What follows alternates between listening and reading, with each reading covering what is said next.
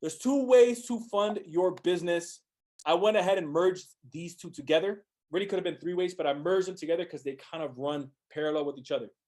BLOCs and loans. BLOCs meaning business lines of credit. So what does that mean, Irv? That means that if I needed to go into a revolving line of credit, I can have some of that money sent over into my business checking account and I can withdraw from it, right? Now, obviously, you guys want to be mindful of the rates. Obviously, you guys want to be mindful of the terms, but that's in essence, it's revolving and it continues to grow over time. A loan, on the other hand, oh, and by the way, you can use it for things like payroll, supplies, working capital, equipment financing, the whole 9 yards. So for those of you guys that are maybe into trucking and you're trying to, maybe pick up some new equipment, or if maybe you guys are trying to maybe cover some payroll for the next, let's say 60 days or for the next quarter, you guys can tap into some of those lines of credit, or even for e-com. But for e-com, I have something special for you guys, right? Even though this isn't an e-com call, but I'm pretty familiar with the space as well. Next, we have business loans. Now, business loans is one of the best ways that you guys can get big lump sum of money for your existing business, but some of them are a little tougher to get because they require things like proof of income tax returns, P&Ls, which are profit and loss statements, and established business credit. But I'm going to give you kind of like the workaround with both of these. Unsecured business credit is one of the fastest ways that you guys can tap into other people's money. OPM usually goes from 0% interest, which is from 6 to 20 months. Some programs out there go as far as 24 months. I know that Rad has absolutely gone crazy with you guys on unsecured business credit cards and on the business side. Now, for this, unless it's a fintech company, you may have to personally guarantee, I'd say 98%, if not 99% of the business credit cards, with the exception of a company that's doing well over $2 to $5 million is usually what they like to look at. So I just want you to brace yourself that 9 times out of 10, I'm going to have to personally guarantee a business credit card, right? I'm going to have to personally guarantee this stuff, especially when I am starting out. And so there's 2 types of credit cards that you want to pay attention to. Number 1 is a revolving credit card, which means it's kind of like a, if you guys are familiar with Chase, it's like a Chase Business Inc. It's a revolving, that's a revolving credit card, which means you can carry a balance with them. And so let's say if you used $5,000 on a card, you would only maybe have to pay the minimum of whatever that balance is. Right? You can carry the balance on it. As long as you're making the minimum payment, they'll allow you to carry it. Charge cards, on the other hand, are a bit more useful if you have things like e-com, if you have marketing, and if you have trucking. But I'm going to put a disclaimer on that. I'm going to put a disclaimer on that because remember, I don't just want you guys to run reckless with the tools that we're giving you. If it's something that you are already, that the groundwork has already been laid out, meaning I already know what my return on ad spend is.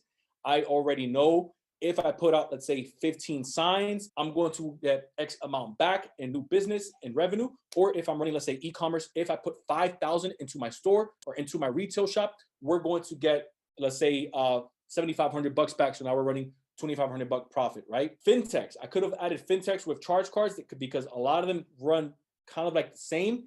So if you are maybe looking at a Divvy card, while Divvy can give you up to $400,000 in business credit, non-PG, it is a charge card.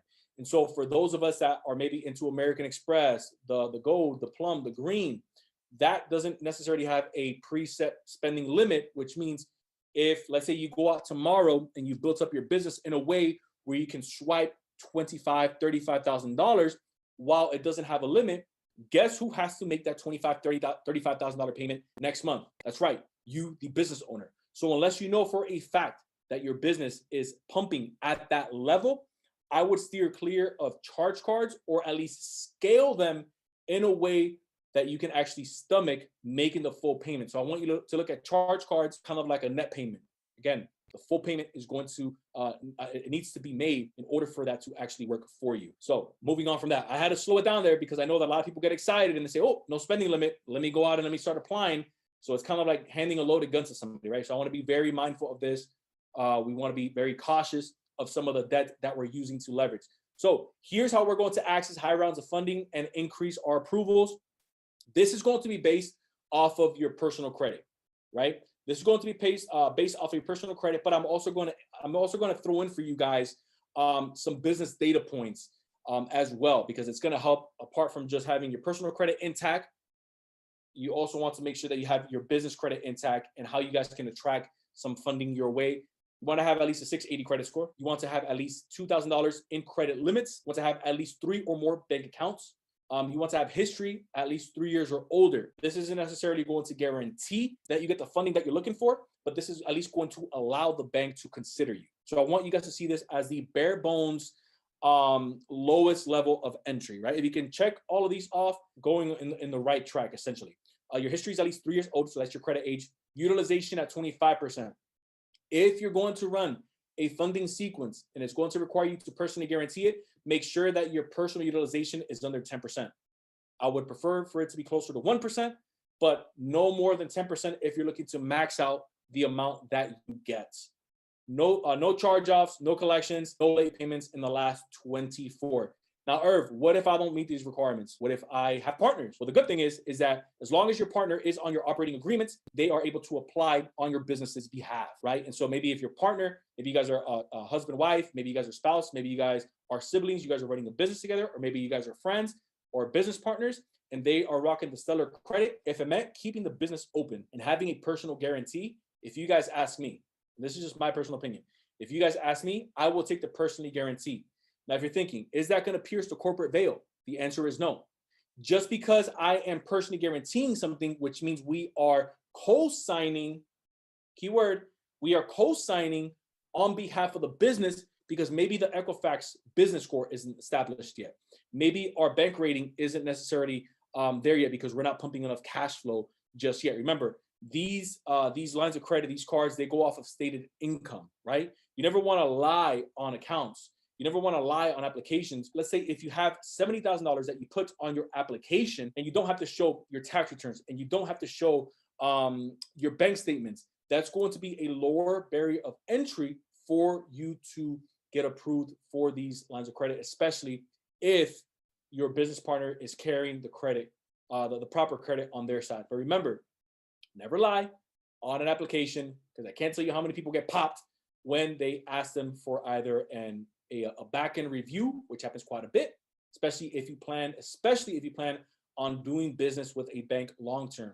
I'd rather you guys come in and get $15,000, $20,000 on a unsecured business credit card than trying to shoot for 55, 60 just because you wanted a quick cash injection, but you burned the relationship on the back end, because now when they underwrite you and they say, hey, by the way, how's your business doing? You know, you guys did 70K last year. You said you were on pace for 140. So let's see your tax returns. Oh, and by the way, we only put 10K on there on our tax returns. You now essentially are going to kind of shut yourself off from that bank. It's a good point to keep in mind, especially as we're scaling these accounts. And there's a big difference between your FICO and your Vantage score. Your Vantage score is what you are most likely seen on a Credit Karma app. That's good for simple checks, like what we just mentioned. Hey, where's my utilization? Hey, is there anything negative reporting on my account? Hey, you know, what accounts are reporting on my personal credit? Things like that. But it's not the score that the banks are going to look at. Banks are going to look at a FICO 8 score, and they're also going to look at experience. That's what they're going to look at when you're personally guaranteeing some of your accounts, right? Now, before applying for either business, doing a funding sequence, or even personal funding, guys, make sure that you know what your FICO 8 is. Make sure you know what your experience is before you guys go out and apply. And this is coming directly from American Express Intel. FICO 8 is currently the most popular of many FICO scoring model versions used to size up the borrower's risk. And so if this is where American Express and some of these big banks are playing at, I want to know, what are you guys looking at so that I can perfect that? How often are you guys looking at it, and how do you guys want it to look? And you guys are seeing it right here. It's a FICO 8. UCC filing. If you took out a PPP loan, odds are you most likely have, or had, especially if you haven't paid it off or gotten it forgiven, you have some form of UCC filing placed on your business record. Irv, what's a UCC filing? Why is this important? Why does this matter? UCC stands for Uniform Commercial Code. They've essentially placed a lien on your property. And so what ends up happening, especially with SBA loans, they place blanket liens, UCC filings, which means that they can come in and freeze some of your assets and take take garnishment of maybe if you have a vehicle in your business, maybe if you have bank accounts, they can go in and freeze them and take the amount that's owed. Now, obviously, that's going into deeper water. But the reason why I say this is because sometimes you're wondering, why am I not getting approved for this business line of credit? Or why isn't my business credit moving? Or how the heck did I get denied for this?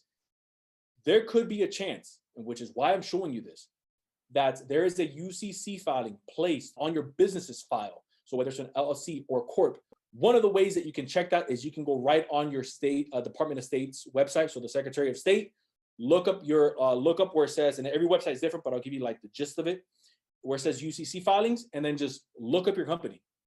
Now, obviously, if you have the credit signal, which is like the upgraded version of, it's like the $35 plan with Dun & Bradstreet, they'll tell you, hey, there's a filing placed on you. So you'll get that there. But if you want the free version, just do the one that I just gave you.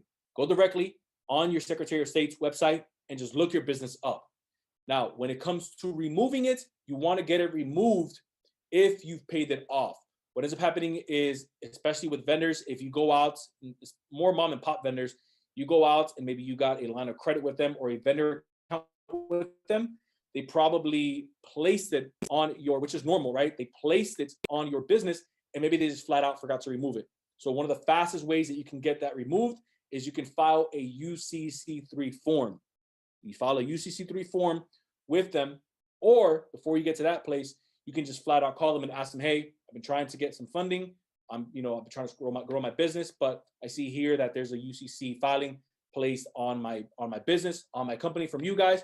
Would you mind removing it? You'd be surprised, guys. A lot of them say, oh, I had no idea. Yeah, let me go remove it for you. And then, of course, if you took PPP loans, make sure to keep an eye on that as well, especially if you've already filled out the forgiveness portion. Now, there's three types of loans. We got the full doc loans, which is where the misconception comes in from with a lot of people, where they say, oh, you need to be in business for 3 years in order for you to get approved for vehicles and cars and business bank loans. And there's some truth to that, but they're spinning it. And I think it's because of lack of information. They're referring to full doc loans. Now, the thing with full doc loans is these are the big boy loans. These are the big girl loans where you can get up to $1 million, $2 million, $3 million plus, right? But for stuff like this, they do want to see 2 years of tax returns. They do want to see your bank statements. They do want to see your W-2s. They do want to see pay stubs you've been paying out. They do want to see profit and loss statements, all of the paperwork, right? And so if you're on this call, this may not necessarily be the best option for us. So let's move into the next tier. We have partial to low doc loans. Now we start getting a bit more flexible, right? 1 year tax returns. I'm sure a couple of us have been in business for at least a year. If you have, and if you've been keeping some really good bookkeeping, then odds are this may be a better look for you. Bank statements, W-2, pay stubs. Now they may ask for a profit and loss statement because now we're starting to get a bit more partial and low doc loans. But we can maybe do a little bit better than this, especially if we are brand spanking new. And by brand spanking new, I mean less than a year, right? No doc loans. Now, no doc loans allows you to go off of stated income, which is what you're putting on applications. Remember, don't lie. Actually put the stated income, right? You can use your personal income and your business income because it's going to ask for both on the application. Some of them put projected revenue. So you want to make sure that you watch the wording on some of their applications. Now, for those of us that are maybe filling out no doc loans with a projected revenue on it, and maybe you're a newer business, you have no tax returns, you have nothing to show for your business of income that's actually coming in, right? What you can do for projected revenue is you can see and take a look at, okay, I'm in the lawn care business. And so I'm going to do my homework as a business owner. What does the average lawn care business owner make within the first, from year 1 to year 3, right? For my demographic, for my zip code, for my area. And so you want to make sure that it makes sense to the bank, because they're also going to take a look at where your business is located due to the, again, zip code of where your brick and mortar or where your virtual office is. I'm showing you guys how to think like what the bank is looking for. So that way it facilitates the process. So when you go in and you start asking them for money and we start asking them to pretty much start a relationship with you, they actually want to start a relationship with you. And so I'm going to take a look at, okay, this is the average more so for the projected revenue in this side of town. So I may want to, I'm projecting, I may make $85,000, right? If it's between 65 to 110, you may want to put yourself in the middle, but I'm definitely not going to use Orange County numbers, right? Remember, we're only doing this for projected revenue because these are projections. We're not doing this for stated income. They are going to personally guarantee, which is essentially what's going to help you get this loan. Because remember, no doc loans are more for starter businesses. The most that they lend up to is up to $100,000. Once you pass that $100,000 threshold, you now start going into partial docs, and then once you move beyond that 500 to $1 million, that's when you start going into full doc programs, right? Now, the cool thing about this, it's not going to require you any bank statements, W-2s, or tax documents. Again, this is, in my opinion, the best option if you're looking to take the loan route when it comes to getting business funding, again, through the no doc loan route. But make sure that your business credit is with the data points that we just gave you. And then you can always set up the relationship with them and then go back and potentially, obviously, get approved for this type of funding, this type of product. Now, this is what I call the high approval secret weapon. This is what the banks don't tell you. This is what I'm gonna tell you. This is what's really going to help you catapult not just the amount of funding that you get, but also the relationship of what they want to see on your application, because you're going to get it directly from the source. Here's what I mean. So you want to obviously have relationships, and you want to make your file you want to create fundability, right? You want to be fundable, right? So apart from having our business set up correctly, the right name, the right address, the right articles of organization, that's what AOG stands for. Your SIC codes, you want to make sure that they're at low risk. Your NAICS codes, you want to make sure that they're at low risk. I'm sure that Rad has covered that. If he hasn't, I'll give you an example. Because I had this with the client, he was having a really hard time getting approved because he runs a trucking company. But we're not going to say that, oh, just switch it over to something that you don't do just because it's going to be low risk. No. So you want to be strategic. And so you think, okay, according to the NAICS codes that I have, that I can use legally, what's something that's maybe seen as a lower risk? So we figured out logistics, which is still in line. We're still being ethical. Logistics is still in line with trucking. So the minute that he switched it over to logistics, you got the new NAICS code, boom, the gates opened up for him just off that small tweak. For those of us that are in real estate developers, real estate investors, that is one of the highest, the highest risk codes that you can think of is going to be real estate developers, real estate land developers, and investors. I believe there's about 32, maybe 33 different codes inside of the real estate NAICS code bracket. Instead of putting on the application that you're a real estate developer, because that was the code that you were getting, and that's a business that is just runs rampant when it comes to defaults, why don't you put it as real estate management? Because you do run a management service, don't you? Yes, I do. You also happen to have some properties that he was renting out. So again, switching that over to real estate management, boom, the low risk came down. Now we start seeing the floodgates open up with real estate funding.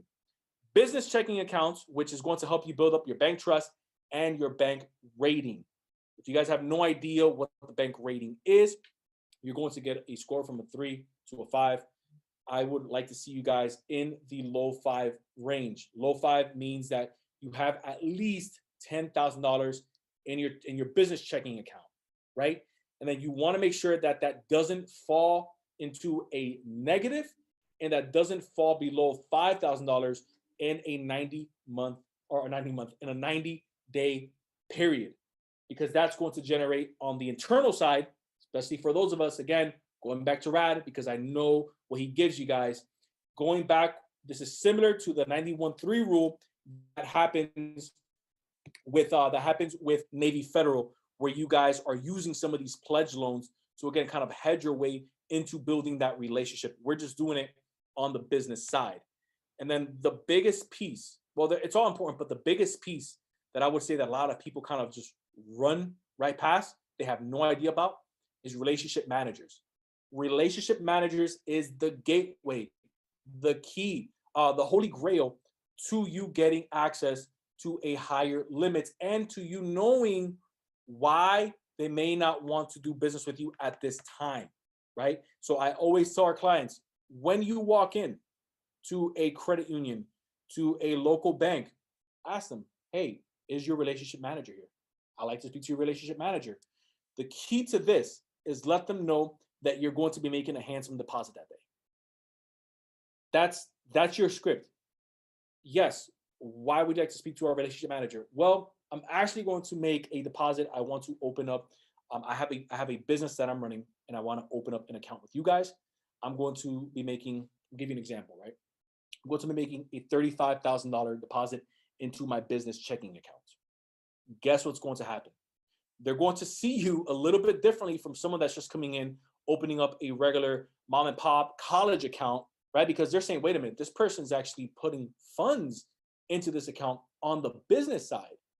This is going to work far better than doing this with maybe a Bank of America, or doing this with a Chase, or doing this even a Wells Fargo, right? The reason for that is because Wells Fargo, Chase, Bank of America, even though those are tier A banks, those are tier 1 banks, they're used to working with whales. They're used to working with hedge funds. And so $35,000 to them, it's like, yeah, that doesn't even cover our payroll for the week. You know what I mean? But to a credit union or to a regional bank specific in your area, to them, it's like, this is good. This is exactly the type of clientele that we want in here. Yes, how can we help you? And so the relationship manager is going to help underwrite some of your files. They're going to manually help you see what the underwriters want to look for. If you are denied, you already had that relationship. Hey, why was I denied? What happened? What do they want to see? Well, hey, Irv, you've only been banking with us for like 2 months. They really wanted to see at least 3 months in before you applied for any lines of credit with us. You think you could hold off maybe 60 days, whatever their guidelines are, right? An extra 60 days before you apply again? Oh, 100%. Do you want me to keep making deposits into this account? 100%. Absolutely. That relationship speaks further than you just being a number to some of these banks. I hope you guys caught that, because that's going to that piece right there that I just gave you is what a lot of people hold close to their chest from funding companies that are going to charge you an arm and a leg, to some of these other companies that they just don't want to give up that information. I just gave it to you guys because I hope that it brings value to this community, and I know what Rad is pouring into you guys. And so if you guys can run with like these last couple pieces, it's going to just completely catapult your business. How would I prioritize the banks that I go to? And this is exactly what I told my clients 2 weeks ago. The banks that I would go to would be those that I've already built a relationship with. So those will be the most effective. So if maybe you already have a personal credit card, you've been a bank with maybe PNC. This is why I never knock anyone for saying, well, let me at least start off with a personal card. And I still recommend get yourself a personal card, because that could be the bridge for future funding for your business 6 months down the line, 1 year down the line, or even 90 days down the line, right? Getting into their ecosystem, especially with American Express and Navy Federal. So you want to start off first with the banks you have a relationship with. Next, I would recommend you want to use banks that issue out their own cards, preferably 0% business cards, and no doc loan products, or low doc loan products if you already have at least a year or two of tax returns, and you can actually show that, hey, my business is profitable, like we're pumping some pretty good cash flow, we just need some help in terms of funding. And so that's what I would take a look at, banks that issue their own cards. Number 3 is going to be banks with business credit pre-approval offerings that they send you. So if maybe you got an email, or maybe if you got a letter saying, hey, we want to extend this offer to you. American Express does this quite a bit. Chase does this quite a bit. We want to extend this 100,000 point offer to you at 0% interest for 12 months, for 15 months, whatever it is. Go ahead and just insert this code. That's going to be dramatically higher than you just trying to approve just by walking in to a bank and not having any of these steps in place. And then the 4th one that I would recommend for you guys to use, if you guys are prioritizing which banks to go after, it's the one with the most liquidity in the business account. What does that mean? That means if I have my main business account, I have 2 or 3 other, small business accounts that I'm nurturing my relationship with, but I have my main business account that's, we're bringing in 30,000 a month, 50,000 a month, 100,000 a month, 250 a month, like whatever your goal is. The one that's driving in the most liquidity, that one probably is the most seasoned, right? And so that's the one that I would also consider taking a look at, but I would maybe leave them at the bottom, because the one that you have the most relationship with may not necessarily be the one that you're running the most liquidity through, okay?